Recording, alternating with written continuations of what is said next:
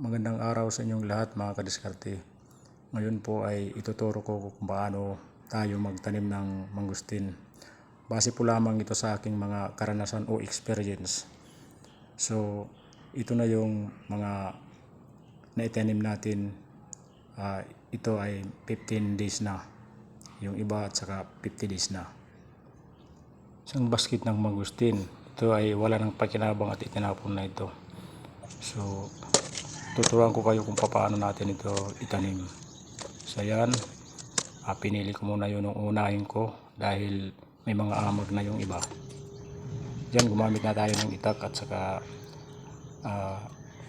inununan natin ito. Kinuha yung liso, yan. Yun may amag na. So yun. Yan. Ayan. Inilagay natin sa planggana. Saka yung planggana ay linagyan natin ng tubig. Yan, medyo matigas na. So, mga kadiskarte, paano natin ito bubuhayin? Ay sabi nila mahirap daw palakihin yung mangustin, lalo na dito sa Leyte. Ayan, siyempre, linisan natin ito hanggang siya ay pumuti. Ayan. Kinuskus natin yan, kinuskus. Ayan.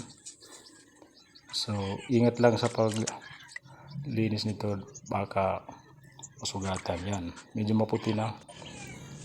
Yun na yung kanyang finishing. At saka lingyan natin sa buti.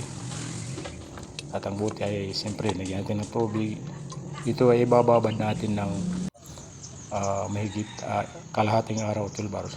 Yun, medyo nagdilaw na yung kanyang tubig. So yan, nag-prepare na tayo ng buhangin pag tataniman natin ng mangustin. Yan. Ayan. Yun lang kadali. Tapos linagyan natin ng vermicast. Yan.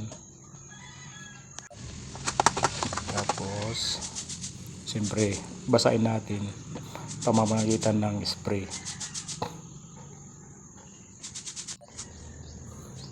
So, after 7 days, binalikan natin ito dahil yung mangustin, yung may pailalim yung kanyang tubo.